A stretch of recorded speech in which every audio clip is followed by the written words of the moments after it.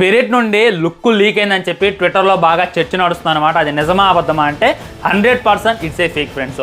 ఒకప్పుడు అంటే లీక్స్ గట్టిగా అయ్యాయి, ఒకప్పుడు లీకులు తప్ప ఇంకేమీ అయ్యాయి కాదు. ఎందుకంటే ఉదాహరణగా నేను మీకు చెప్తున్నా, పుష్ప సినిమా పార్ట్ 1 అప్పుడు ఎన్ని లీకులు వచ్చినాయో.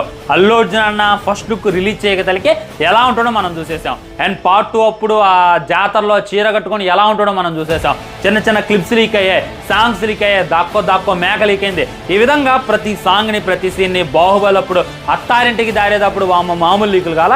కానీ ఇప్పుడు చూసుకున్నట్లయితే మొత్తం మారింది, రూల్ మారింది, మొత్తం కథ మారిపోయింది అనమాట. చాలా అంటే చాలా స్ట్రిక్ట్ రూల్స్ అయితే వచ్చేసాయి. అందుకే మనం ఏ విధమైనటువంటి లీకులు చూడలేకపోతున్నాం అనేటటువంటిది 100% వాస్తవం. పుష్ప 1కి లీక్ అయ్యే, 2కి లీక్ అయ్యే. మరి అదే అల్లు అర్జున్ నటిస్తున్నటువంటి AA22 అల్లు అర్జున్ అట్లీకి సంబంధించిన ఇంత లీక్ రాలే. 6 నెలలు అవుతుంది షూటింగ్ స్టార్ట్ చేసి. ముంబైలో డైలీ షూట్ జరుగుతుంది, ఎంత ఫోటో కూడా బయటకు రాలేదంటే ఇంకా వాళ్ళు అర్థం చేసుకోండి ఎంత స్ట్రిక్ట్గా ఉన్నారు అనేటటువంటిది. సో 100కి 100% స్పిరిట్ సినిమా నుండి లీక్ అయినటువంటి లుక్ ఫేక్ అనమాట.